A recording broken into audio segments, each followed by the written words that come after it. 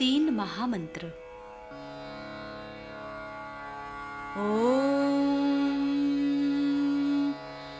त्वमेव साक्षात् श्री महालक्ष्मी महासरस्वती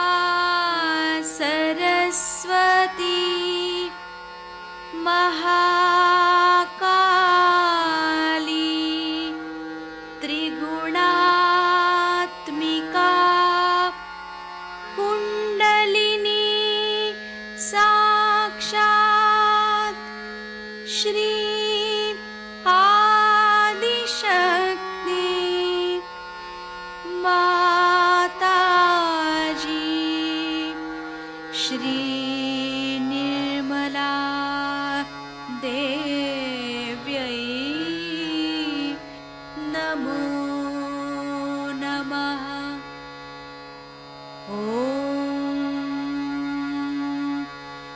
त्वमेव साक्षात् श्री कल्की साक्षात् श्री आदिशक्ति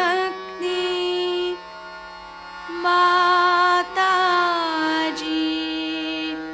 श्री निर्मला देव्यै नमो नमः। ॐ त्वमेव साक्षात् श्री कल्की साक्षात् श्री सहस्रार स्वामिनी मोक्षप्रदायिनी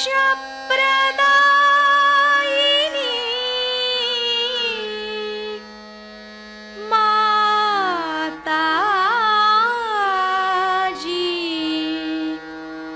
श्री निर्मला देव्यै नमो नमः। श्री गणेश मंत्र। ओम त्वमेव साक्षात् श्री गणेश साक्षात् श्री आदिशक्ति माताजी श्री निर्मला देव्यै नमो नमः।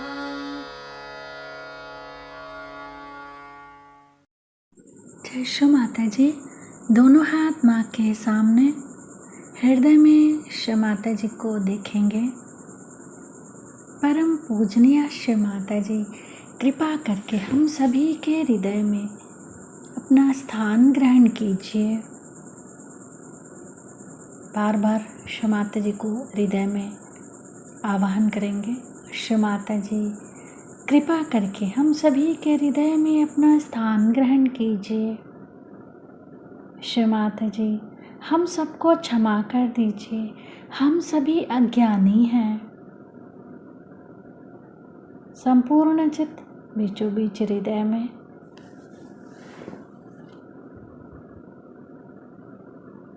क्षमा रूपेण संस्थिता या देवी सर्वभूतेषु क्षमा रूपेण संस्थिता नमस्तस्यै नमस्तस्यै नमस्तस्यै नमो नमः।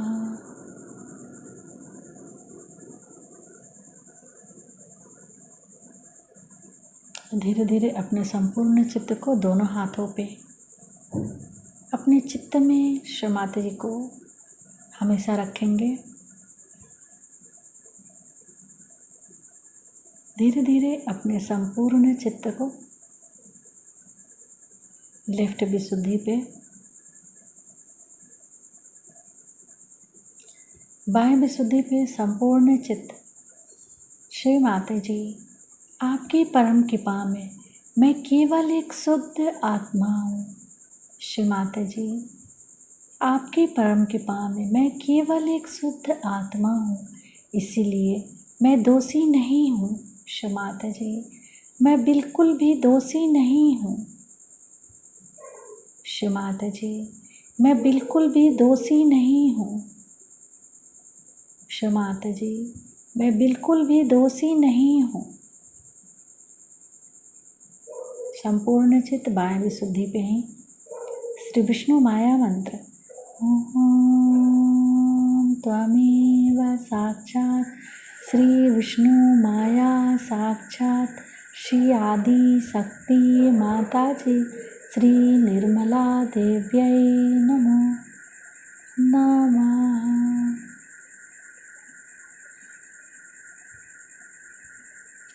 बाह्य विशुद्धि पर अपने चित्त को क्लॉकवाइज घुमाएंगे 7 टाइम्स।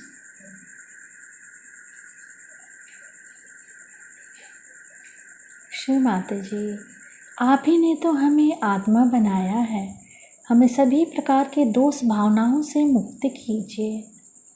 श्री माता जी, कृपा करके हमें सभी प्रकार के दोष भावनाओं से मुक्त कीजिए।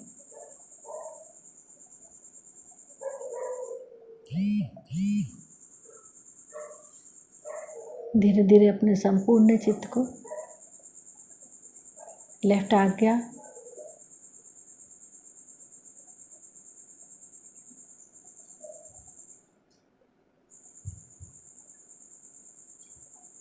फिर सहस्त्रार।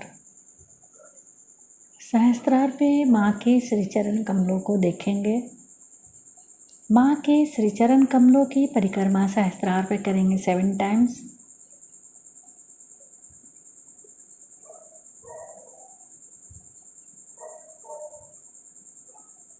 श्री माता जी, कृपा करके हमें निर्विचार कर दीजिए।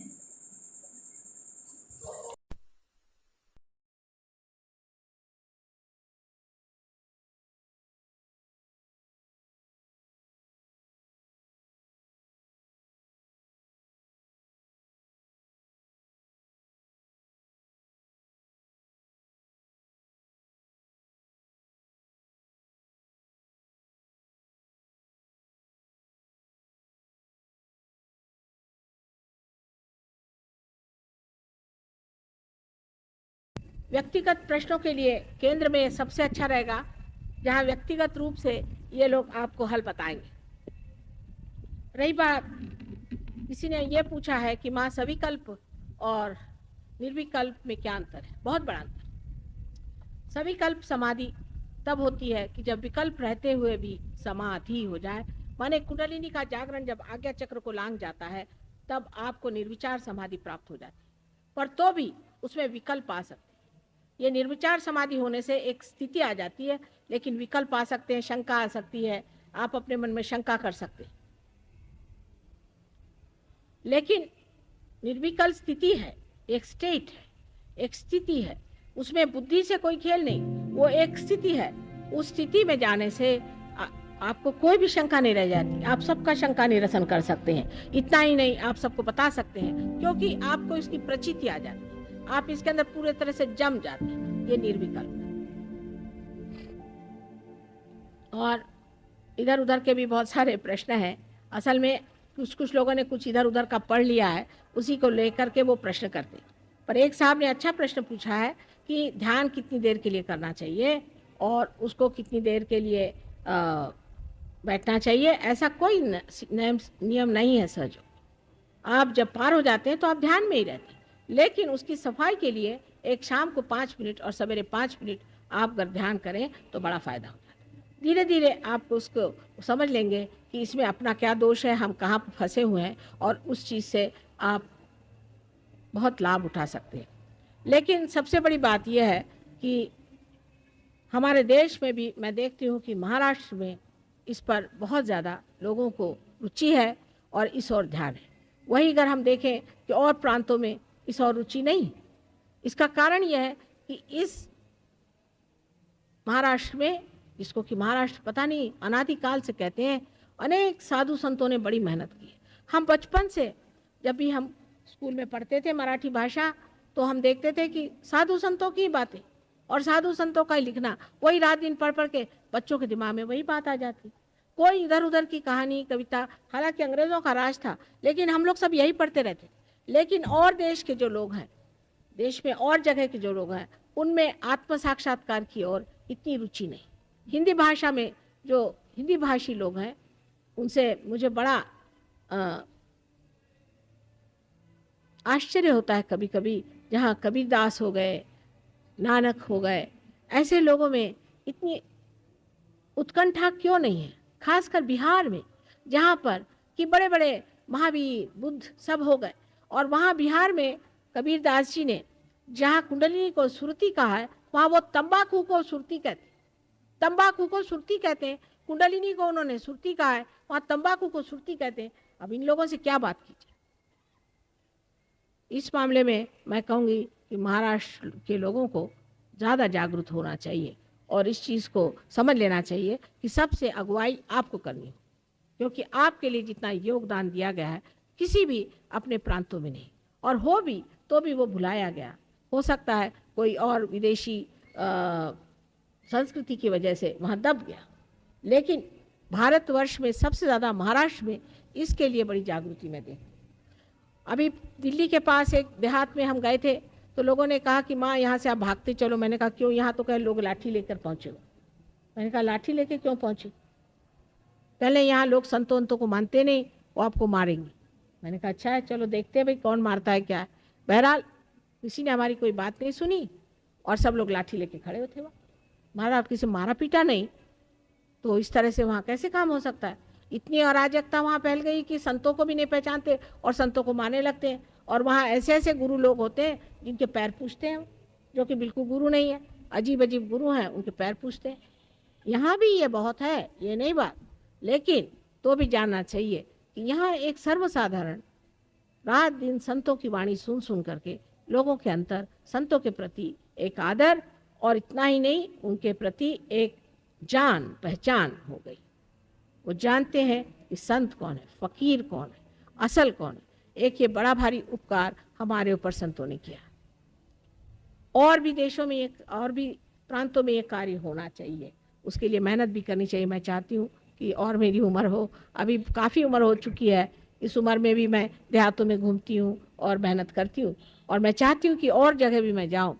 लेकिन अब गुजरात में या कहीं भी जाने में यही मुझे लगता है कि वहाँ लोग बैठ के सुनेंगे नहीं मुझे, तो क्या होगा, क्या फ़ायदा होगा। आप लोग जो यहाँ और प्रांतों से आए, उत्तर प्रदेश मेरा ससुराल ही है, मैं देखती हूँ कि मेरे ससुराल में तो लोग इधर उधर ही की बातें करते हैं, कभी भगवान की कोई बात ही नहीं करता है। औरतें कुछ ना कुछ अजीब अजीब बातें करते रहते हैं, आदमी लोग तो बस वहाँ राजकारण की बात करते हैं, वो कभी भगवान की कोई बात ही नहीं करते। वो तो वहाँ दत्तात्रेय को नहीं जानते। मैं क्या करूँ, मेरी समझ नहीं आता। मैं चाहती हूँ कि जो मेरा ससुराल है यूपी, वहाँ पर कार्य होना चाहिए, बिहार में होना चाहिए। मेरी लड़की का ससुराल है, और हर जगह मैं चाहती हूँ, हर प्रांत में। बंगाल में इतनी ज़्यादा काली विद्या है कि कुछ समझ में नहीं आता। तो किसी तरह से आप लोगों से यही विनती है कि आप लोग इसकी अगुवाई करें। जो लोग यहाँ दूसरे प्रांतों से आए हैं वो भी इसको समझ लें और इसको अपने प्रांतों में इसको बढ़ाएं और इसकी चर्चा करें, इसके बारे में बोलें। अपने बम्बई में बहुत से ऐसे लोग आए हुए हैं कि जो बाहर से आए हुए हैं, उनको चाहिए कि इस संतों के वचन को समझें और खुद संत होने का प्रयत्न करें। मैं बहुत चाहूँगी कि और लोगों से मेरा किसी तरह से कार्य चल पड़े। दिल्ली में थोड़ा बहुत हो रहा है, लेकिन अब भी मैं नहीं मानती कि दिल्ली में कार्य इतना अच्छा बन रहा है। हालांकि बहुत से लोग पार हो गए हैं, दिल्ली में सब कुछ है, पर वो गहनता भी आ नहीं रही। ये क्या बताऊँ कैसा दोष है। कभी कभी लगता है हिंदी भाषा में न जाने कितना मैंने पढ़ा है, अमीर खुसरो से लेकर के सबको पढ़ा है, सारा भक्ति काल पढ़ डाला, और अब कभी कभी ऐसा लगता है क्या इनकी सारी वाणी बेकार जाएगी, ये सब बातें क्या झूठ हो जाएंगी, इनका सब क्या कहना बिल्कुल ही व्यर्थ जाएगा। इसलिए सब लोगों के लिए मेरा कहना है, चाहे वो हिंदी बोलने वाले हों, चाहे वो मराठी बोलने वाले हों, चाहे वो साउथ इंडिया, सब साउथ इंडिया में इतना रिचुअलिज्म है कि मैं आश्चर्य करती हूँ। इतना रिचुअलिज्म है, इतना कर्मकांड है कि वो लोग सुनने को तैयार। तो इसके बीच में आ करके जब आप लोग यहाँ आए हैं तो कम से कम इसको समझने की कोशिश करें कि हमें इन कर्म कांडों से कभी कुछ नहीं, अब कुछ मिलने की बात है तो मिलने का कार्य करना चाहिए। सबको कोशिश करनी चाहिए कि हमें कुछ मिलना चाहिए। आज तक हमें कुछ नहीं मिला, इसीलिए हम परमात्मा को भूल गए हैं और परमात्मा से परावृत्त हैं। लेकिन अब हमें चाहे तो हम पा सकते हैं और इसलिए हमें इसके और अग्रसर होना चाहिए। हिंदी भाषा में मैंने कहा आपसे मैंने कोई अभ्यास नहीं किया, लेकिन मुझे हिंदी भाषा के प्रति अत्यंत आदर। यहाँ तक कि अंतर्राष्ट्रीय हिंदी भाषा परिषद का इन्होंने मुझे अध्यक्ष बना दिया और ज़बरदस्ती। मैंने कहा मुझे मत बनाओ, मैं कौन हिंदी वाली हूँ, लेकिन उनका नहीं, माँ आप बनिए, आप ज़रूर बनिए। हिंदी भाषा में ज़रूरी है कि सहयोग लाया जाए, इसलिए उन्होंने मुझे हिंदी भाषा अंतर्राष्ट्रीय हिंदी भाषा परिषद का उन्होंने अध्यक्ष बना दिया। और मैं चाहती हूँ कि इस माध्यम के द्वारा, क्योंकि हिंदी भाषा हमारी राष्ट्रभाषा है और इस राष्ट्रभाषा में अगर ये क्रांति हो जाए तो बहुत अच्छा हो जाएगा। मैं चाहती हूँ कि जो हिंदी भाषी लोग हैं वो कृपया इस ओर ध्यान दें और इधर गहनता से आए। अधिकतर लोग यही कहेंगे मेरी लड़की बीमार है, मेरा लड़का बीमार है, मेरे बच्चे को ये हो रहा, मेरे उसको ये हो रहा। सहयोग में गहन उतरना बड़ा कठिन हो जाता है उन लोगों को, क्यों ये मैं नहीं बता सकती, लेकिन जो भी यहाँ ऐसे लोग हैं उनको कोशिश करना चाहिए कि सहयोग में बहुत ज़्यादा गहन उतर के और अपने अपने प्रांतों का उद्धार करें और उनके अंदर इसका प्रचार करें और इसके बारे में बताएं और लोगों को जागरूक करें। क्योंकि जब तक वो लोग इतनी निकटता से इस बात को समझेंगे नहीं, तब तक उनके प्रांत ऐसे ही अछूते रह जाएंगे। ये एक मेरी विनती है, एक प्रश्न के उत्तर में ही मैंने बताया हुआ। उन्होंने कहा था कि हिंदी भाषी लोग आत्म साक्षात की ओर इतने क्यों उनको रुझान नहीं, इस पर मैंने इसका जवाब ये दिया। अब हम लोग, आपको और अगर कोई प्रश्न हो तो आप लिख करके दीजिएगा, कल मैं उसका उत्तर फिर दे दूँगी। करीबन मैंने सभी प्रश्नों का उत्तर दे दिया, और अगर कोई और प्रश्न रह गया हो तो फिर से आप लिख दीजिएगा, मैं उसका उत्तर अवश्य दे दूँगी। लेकिन ये प्रश्न और उत्तर से ही हल नहीं निकलता है, हल निकलता है कुंडलिनी के जागरण से। हम अगर एक बीज को 17 प्रश्न पूछे और इस पृथ्वी को 1000 प्रश्न पूछे तो क्या उसका पेड़ बन सकता है? वो तो जीवंत क्रिया है, उसको सीधे सीधे जागरूक करना चाहिए, इसी तरह से उसका पेड़ बन सकता है। इसलिए सबसे पहले हमको ये मन में सोचना चाहिए कि हमें आत्म साक्षात्कार मिले।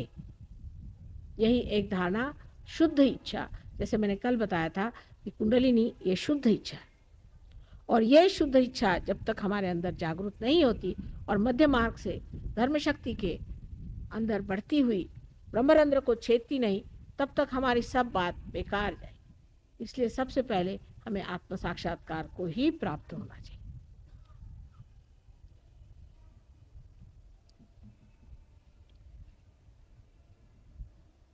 आज हम आपको जो कुछ भी बताएंगे हिंदी में या मराठी में, अंग्रेजी में बताने की ज़रूरत नहीं, क्योंकि सबको ही हिंदी और मराठी भाषा तो आती ही होगी कम से कम।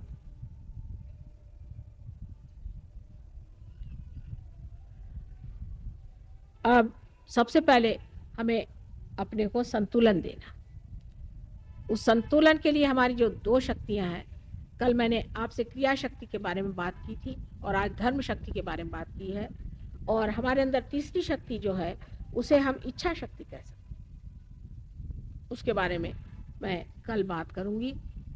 ये जो इच्छा शक्ति है, इसे आपको मेरी ओर इस तरह से अपना लेफ्ट हैंड मेरी ओर करेगा। कृपा करून आपला डावा हात माझ्याकडे असा ठेवायचा।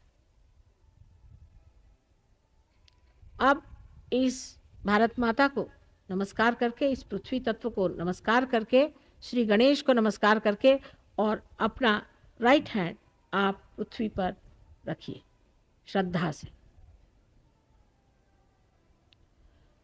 आपला उजवा हात या पृथ्वी तत्वाला नमस्कार करून, श्री गणेशाला आठवून आपण उजवा हात हा पृथ्वी तत्वावर ठेवायचा।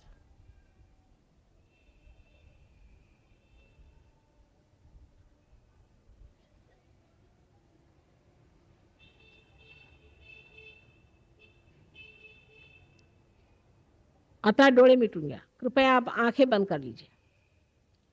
आंखें बंद कर लीजिए, आंखें न खोलिए. लेफ्ट हैंड हमारी तरफ और राइट हैंड जमीन पर. कृपया आंखें बंद कर लीजिए. चश्मे वगैरह उतार लीजिए, क्योंकि आंख इससे बेहतर हो जाती. सब लोग चश्मे भी उतार लें, टोपी उतार लें, क्योंकि ब्रह्मरंध्र का छेदने की बात है. टोपी उतार लें बस, और कोई खास करने की बात नहीं. जूते उते तो उतार ही लिए होंगे आप लोगों ने.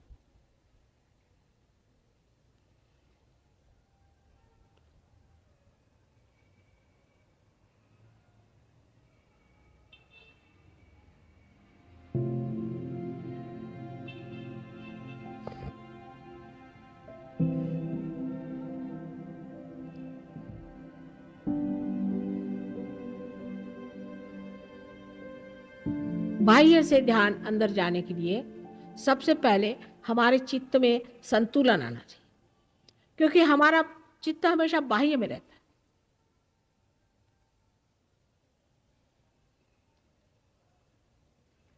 अब आंख खोल लीजिए. आता डोळे उघडून घ्या.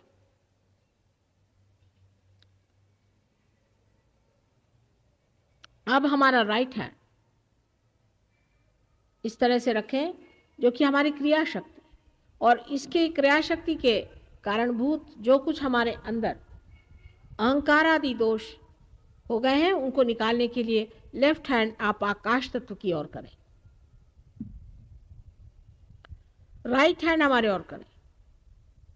माझ्याकडे उजवा हात करून डावा हात आकाशाकडे करायचा, कारण ह्या क्रियाशक्तीमुळे त्याचे प्रणित और जनित म्हटले पाहिजेत.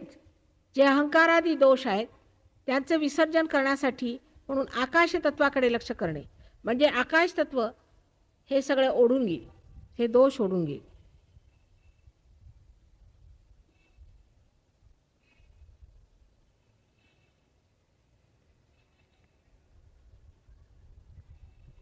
हात असा मागच्या बाजूला करा, फार वर उचलू नका. फार वर उचलू नका, असा मागच्या बाजूला घ्या. हाथ पीछे की ओर रखें. अपनी जो तलवा है वो पीछे की तरफ जाना चाहिए, और बहुत ऊंचा न उठाइए. आंख बंद कर लीजिए, डोळे मिटा.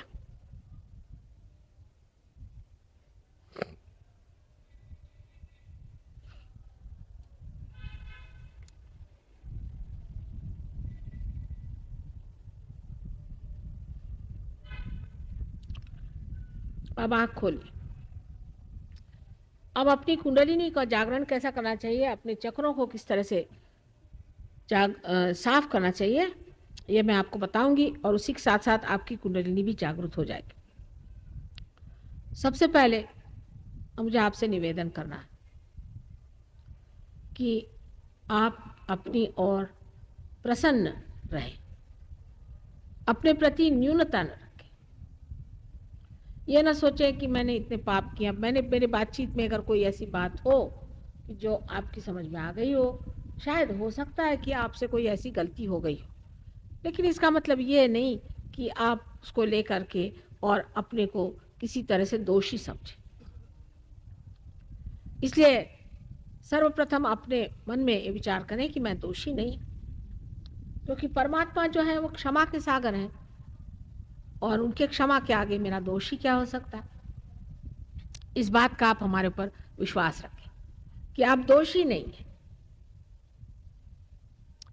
माझ्या बोलण्यात असं काही आलं असेल कशाही कारणाने, किंवा तुम्ही असं वाचन केलं असेल, किंवा लोकांनी सांगितलं असेल तुम्ही पतित आहात, पापी आहात, अमकं तमकं, ह्या सगळ्या न्यूनगंडाच्या भावना कृपा करून गुंडाळून ठेवणे. परमेश्वर हा साक्षात क्षमेचा सागर असल्यावर तुम्ही अशी कोणची चूक करू शकाल जी त्याच्या क्षमेच्या प्रेमामध्ये विरघळून जाणार नाही. म्हणून मी मुळीच दोषी नाही असं मनामध्ये ठाम मत करून घ्या, आणि असा आमचा विश्वास ठेवा. मी सांगते आपल्याला की आपण कोणीच दोषी नाही. आपण परमेश्वराचे मंदिर आहात, फक्त त्यात आत्म्याची अजून ज्योत पाजळली गेली नाही. पण आपण दोषी नहीं.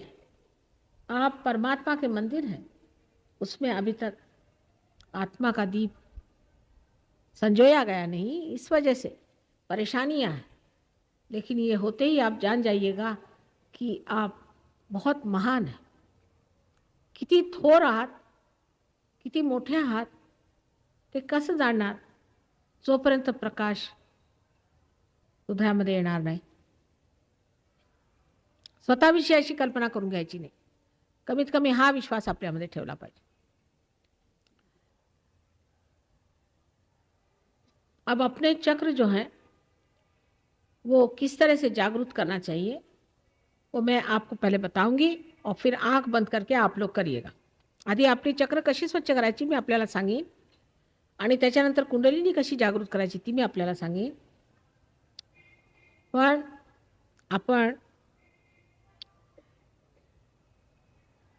सध्या माझं ऐकून घ्या आणि नंतर मी डोळे मिटल्यावरती आपल्याला सांगितल्यावर की डोळे मिटा, त्यानंतर जे करायचं ते डोळे मिटून करायचं. सर्वप्रथम हृदयामध्ये आपला आत्मा आहे म्हणून डावा हात माझ्याकडे करायचा, कारण ही इच्छाशक्ती आहे आणि हृदयावरती आपला आत्मा आहे म्हणून हृदयावर हात ठेवावा लागेल. नंतर पोटाच्या डाव्या बाजूला सर्व काम डाव्या बाजूला आहे. डाव्या बाजूला गुरुतत्व आहे. पोटाच्या खालच्या बाजूला शुद्ध विद्या आहे. त्याच्यानंतर परत गुरुतत्वावर यायचं, हृदयावर यायचं. त्याच्यानंतर मान आणि खांदा ह्याच्यामध्ये जो कोण होतो त्या कोणामध्ये मागच्या बाजूला असा हात नेऊ, मणक्यांकडे जरा जोर लावून असा हात धरायचा आणि मान अशी वळवून घ्यायची थोडीशी. हे चक्र सगळ्यांचं फार धरलेलं आहे, कृपा करून जरा धरा बरं. हे नसत्या न्यूनगंडाने येतात की माझं हे चुकलं, मला कसं रिअलायझेशन होईल, मी कसा आत्म साक्षात्कार प्राप्त होईल, मी इतका योग्य आहे वगैरे वगैरे या गोष्टी येतात. आता इकडे तोंड करून बघा.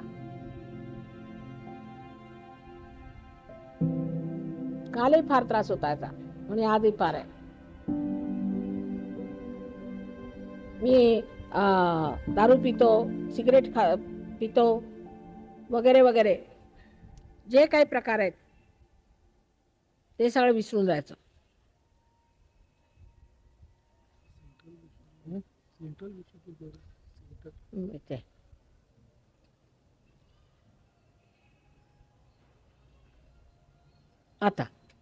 आता हे जे चक्र आहे आज्ञाचक्र, इथे असा आडवा हात धरायचा, दोन्हीकडे असं दाबून धरायचं. आणखी जे चक्र मागच्या बाजूला आज्ञाचक्राचा दुसरा हिस्सा आहे तिकडे असं वर मान करून असं धरायचं. त्यानंतर तळहाताला असं पूर्ण ताडून धरायचं आणि ताणलेला तळहात आपल्या बरोबर टाळूवर ठेवून दाबून 7दा फिरवायचा. ते कसं करायचं ते मी सांगेन नंतर आपल्याला. आपको पहले अपने हृदय पे राइट हैंड रखना होगा, लेफ्ट हैंड हमारी तरफ. उसके बाद अपना राइट हैंड आपको पेट के लेफ्ट हैंड साइड में, सारा काम लेफ्ट हैंड साइड में हो रहा है. मैं अंग्रेजी में इसलिए कह रही हूँ, कभी कभी दाएं बाएं में लोगों को कभी कभी भ्रम हो जाता है. इसलिए लेफ्ट हैंड साइड में पेट के ऊपरी हिस्से में आपको अपना राइट हैंड रखना होगा. सब काम राइट हैंड से होगा, लेफ्ट हैंड हमारा. उसके बाद उसके नीचे के हिस्से में यहाँ पर शुद्ध विद्या का स्थान है. फिर से ऊपर ये गुरु का स्थान है, ये आत्मा का स्थान है. उसके बाद ये श्री कृष्ण का स्थान है जहाँ आप इस तरह से पकड़ेंगे कि ये जो चक्र है ये छूट जाएगा. अब इसमें आप देख लीजिए कि कंधा और गर्दन. आता इकडे बघा, त्या ठिकाणी आपण आत्म्यावरनं वर आलो इथे, तर मान आणि खांदा त्या ठिकाणी जो कोण होतो तिथे असा हात धरायचा. इथे पुष्कळदा मिस्टेक्स करतात म्हणून मी परत मराठीत सांगते. अब इस जगह हाथ रखने के बाद यह हाथ आप माथे पर रखें और दोनों तरफ से कपाल पे दोनों तरफ से ऐसे दबा लें. उसके बाद ये हाथ सर के पीछे के हिस्से में रखें और सर को पीछे फेंक के पकड़ लें इसे.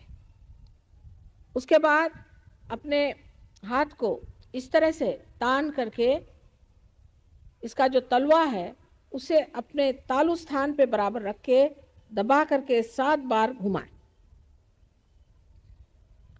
अब आप लोग एक हाथ मेरी ओर करें, ध्यान पूर्वक करें, सब कार्य ध्यान पूर्वक होना चाहिए। यह हाथ मेरी ओर करें और आप राईट हँड से आपको काम करना आहे। डावा हात माझ्याकडे करायचा आणि उजव्या हाताने सर्व काम करायचं आहे। सगळं काम डावीकडे होणार, सारा काम लेफ्ट साइड में होने का है।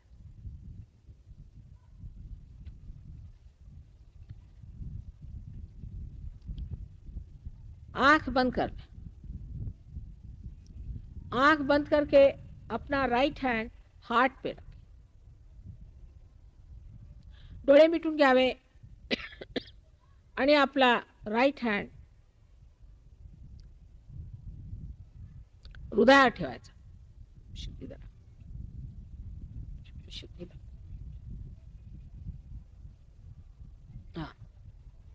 फार पकड़ ह्या साइड, फार जोरात।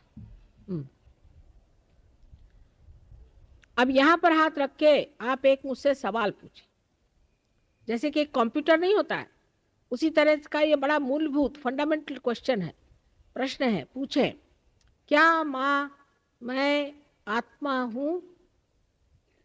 मैं आत्मा हूँ? श्री माता जी क्या मैं आत्मा हूँ? 3 बार पूछिए।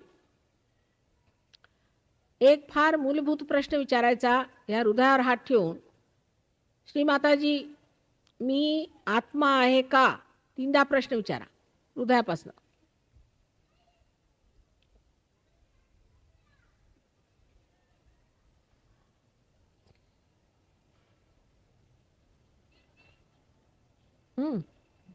चुकता है।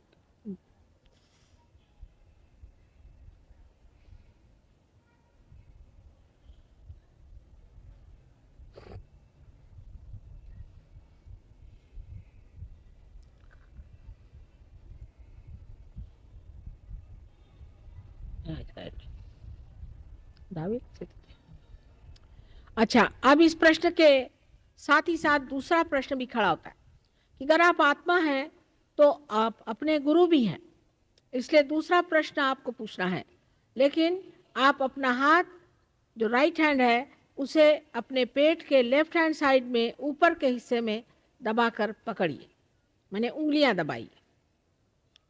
आता ह्याच्याबरोबर दुसरा प्रश्न पर्याप्त आहे, म्हणजे काय की जर आपण आपले आत्मा आहात, जर आपण आत्मा आहात तर मग आपण आपले गुरु सुद्धा आहात। तेव्हा दुसरा प्रश्न असा विचारायचा, पोटाच्या डाव्या बाजूला वरच्या बाजूला आपला उजवा हात त्याची बोटं दाबून असा प्रश्न विचारायचा, श्री माताजी मी माझा गुरु आहे का? सो सवाल पूछिए, श्री माताजी मैं स्वयं का गुरु हूँ क्या? 3 बार पूछे, 3दा विचारा।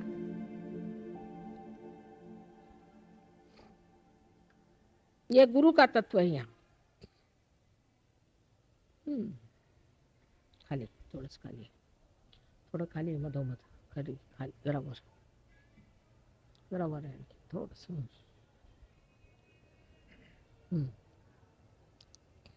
अब ये प्रश्न पूछने के बाद अपना राइट हैंड पेट के नीचे के हिस्से में दबाकर पकड़िए।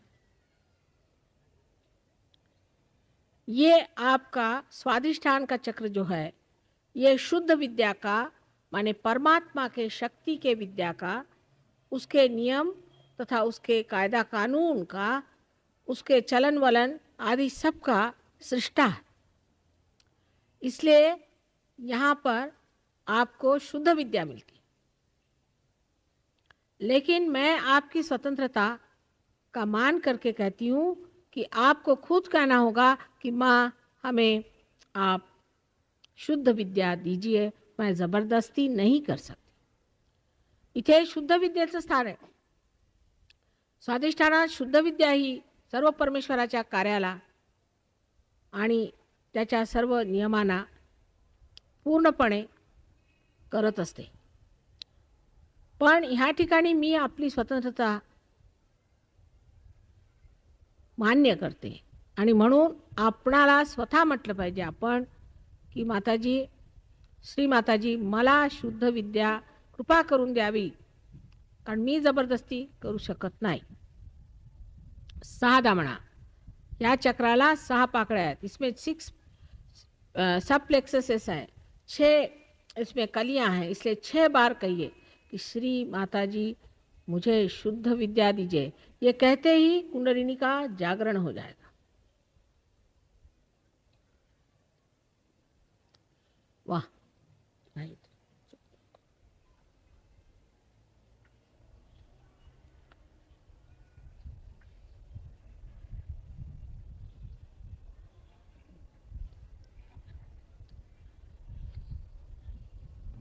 जो कुछ भी आसुरी व्यवस्था है, जो श्री कृष्ण ने 15 और 16वें अध्याय में खासकर वर्णित किए कि आसुरी विद्या जो है वो इस तरह से सारे संसार को छा जाएगी, वही कलयुग में आज छाई हुई है.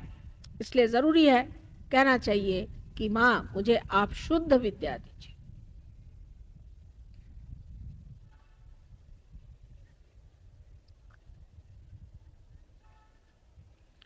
अब अपना राइट हैंड पेट के ऊपर के हिस्से में, जहाँ पे गुरु तत्व है, लेफ्ट हैंड साइड में रखिए और दोनों उंगलियों को दबा करके पूर्ण आत्मविश्वास के साथ आपको कहना होगा कि माँ मैं स्वयं का गुरु हूँ. तभी कुंडलिनी का ऊपर चढ़ने का मार्ग सुगम हो सकता है. आता आपला उजवा हात पोटाच्या वरच्या भागात गुरुतत्वावरती दाबून धरायचा आणि म्हणायचं की श्री माताजी, मी स्वयंचा गुरु आहे, मी स्वतःचा गुरु आहे. पूर्ण आत्मविश्वासाने असं 10दा म्हणा, कारण हे म्हटल्याशिवाय कुंडलिनीचा मार्ग सुव्यवस्थित सुगम होणार नाही. 10दा म्हणा, 10 मर्तबा कहिए, क्योंकि 10 गुरु के तत्व है. आज ही मैंने आपसे बताया, धर्म के तत्व 10 है. ये तत्व हमारे अंदर सदगुरुओं ने अनेक बार इस संसार में आके प्रस्थापित किए. उनमें राजा जनक हैं, आदिनाथ हैं. राजा जनक के बाद वही नानक साहब हुए, वही मोहम्मद साहब हुए और वही हमारे शिरडी के साईनाथ हुए. जो दत्तात्रेय का अवतरण है वो ये है. इसलिए इस जगह आपको कहना है कि माँ मैं स्वयं का गुरु हूँ. ये 10 बार कहिए. सर्व सद्गुरूंना नतमस्तक होऊन असं 10दा म्हणायचं, माताजी मी स्वयंचा गुरु आहे.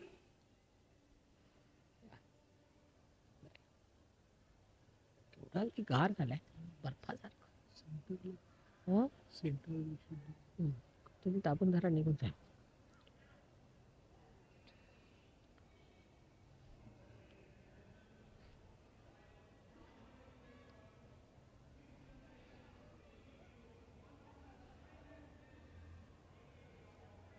सेंटर हार्टला धरा.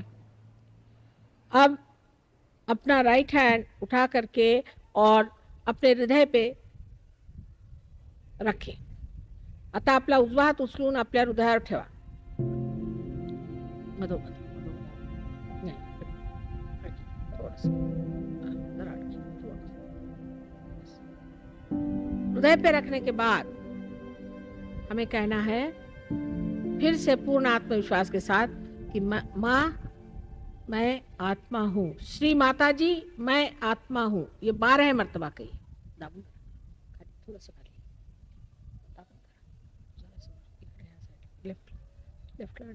Left land. श्री माता जी मैं आत्मा हूँ. पूर्ण आत्मविश्वास से कही. आता इथे हात ठेवून 12दा म्हणायचं, श्री माताजी मी आत्मा आहे. पूर्ण आत्मविश्वासाने म्हणा. हे सगळ्यात मोठं सत्य आहे.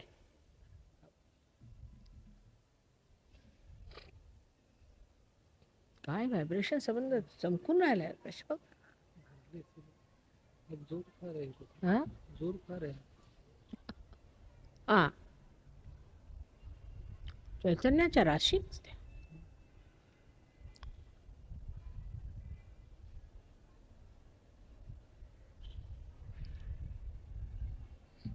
अब इस राइट हैंड को उठा करके और अपने कपाल पर आड़ा रखें, माथे पर आड़ा रखें। जिस तरह से सर में दर्द होता है, दोनों तरफ इसको जोर से दबाएं, दोनों तरफ इसको जोर से दबाएं और यहाँ पर पूर्ण हृदय से कहें कि माँ मैंने सबको क्षमा कर दी।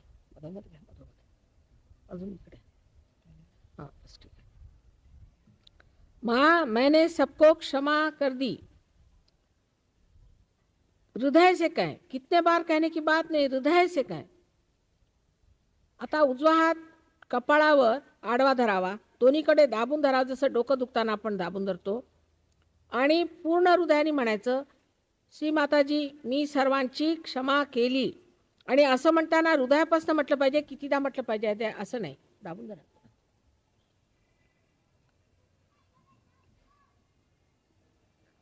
आता हे म्हणताना पुष्कळांना असा प्रश्न असतो की आम्ही क्षमा कशी करायची. खरं म्हणजे तुम्ही क्षमा करता किंवा नाही करता हे सगळं भ्रम आहे. पण नाही केली तर मात्र दुसऱ्यांच्या हातात खेळता. म्हणून मी सगळ्यांना एकसार क्षमा केली असं म्हणा. विश्वास ठेवायला पाहिजे या गोष्टीवर.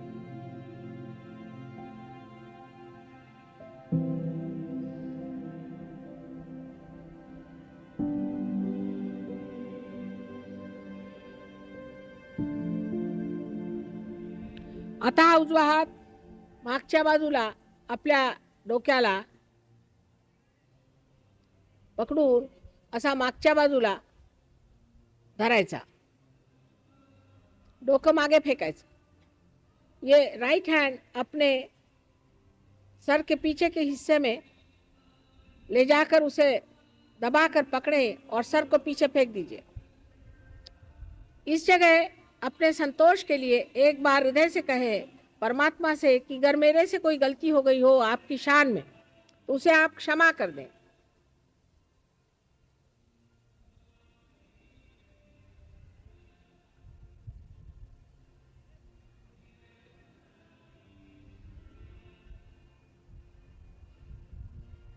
अब इस हाथ को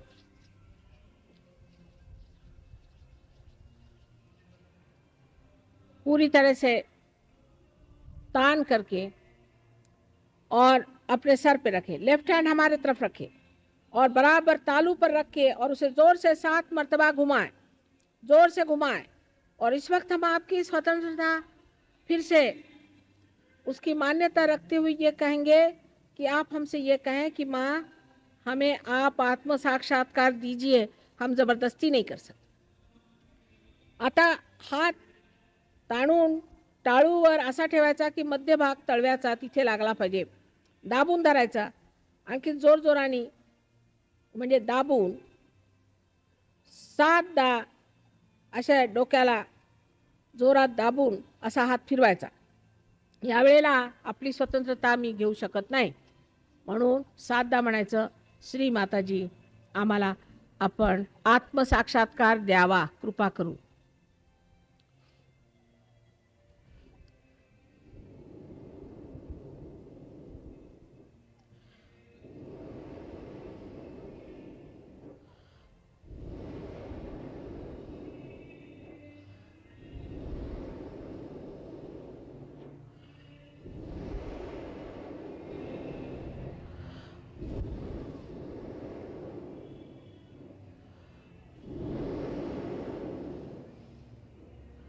आता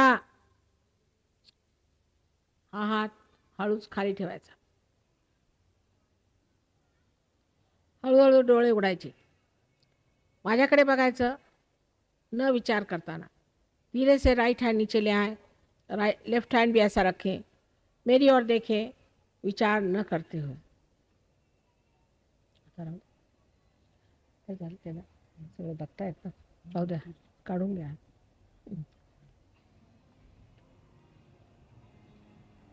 थोड़ा सा आपके अंदर दोष यह है कि आप सुरक्षित नहीं महसूस कर रहे हैं, इसलिए चक्र जो है सेंटर हार्ट जिसे कहते पकड़ रहा था. तर तुमच्यामध्ये एकच दोष दिसतो की तुम्ही अजून सुरक्षित नाही असं तुम्हाला वाटतंय. तेव्हा परमात्माच्या साम्राज्यात आपण फार जास्त रक्षित असतो. त्याच्यापेक्षा आपली रक्षा करणारा कोणीही नाही असं लक्षात घेऊन माझ्याकडे निर्विचार होऊन बघा. आता डावा हात डोक्यावर असा 6 इंच किंवा 4 इंच असा वर बघा, डोक्यात गार येत आहे का. उजवा हात माझ्याकडे.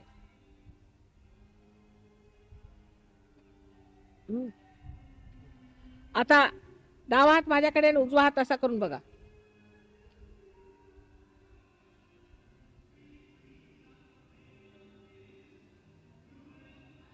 हे काय मॅट कंपना चर्च आहे का.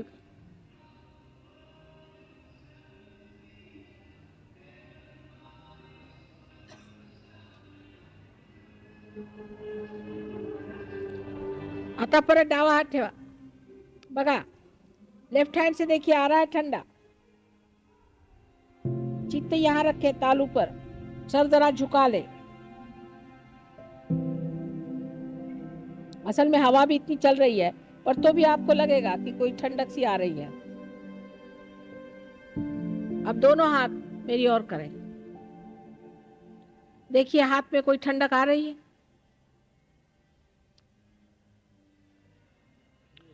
अब दोनों हाथ आकाश की ओर करके और सर पीछे फेंक कर एक कहें कि क्या माँ यही परमात्मा की शक्ति है, क्या यही उसकी ब्रह्म शक्ती है.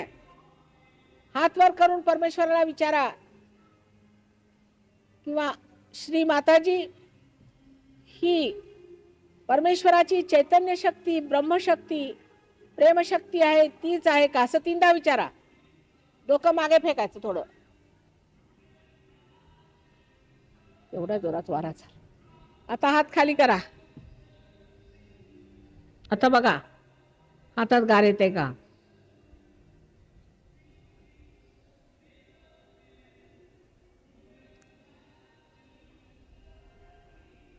येते गार. ज्या लोकांच्या हातात गार येते दोन्ही हात वर करा डोक्यात. अरे वा, कमालीचे लोक आहात तुम्ही. कमालीचे लोक आहात.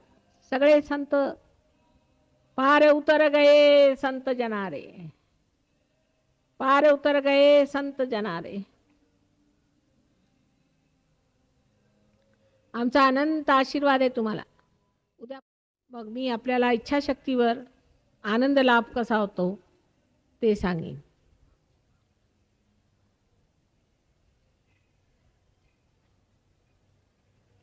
आता शांत होऊन आपल्या आपल्या घरीच गेलं पाहिजे. गडबड करायची नाही. आज माझ्या मते दर्शन वगैरे काय घेऊ नका. उद्या घ्या दर्शन. आज शांतपणे घरी जा. शांतपणे घरी जा. कुणाशी जास्त वादायचं नाही, बोलायचं नाही. ह्याला वादविवाद नाहीत. धन्यवाद की तुम्ही पार झाले.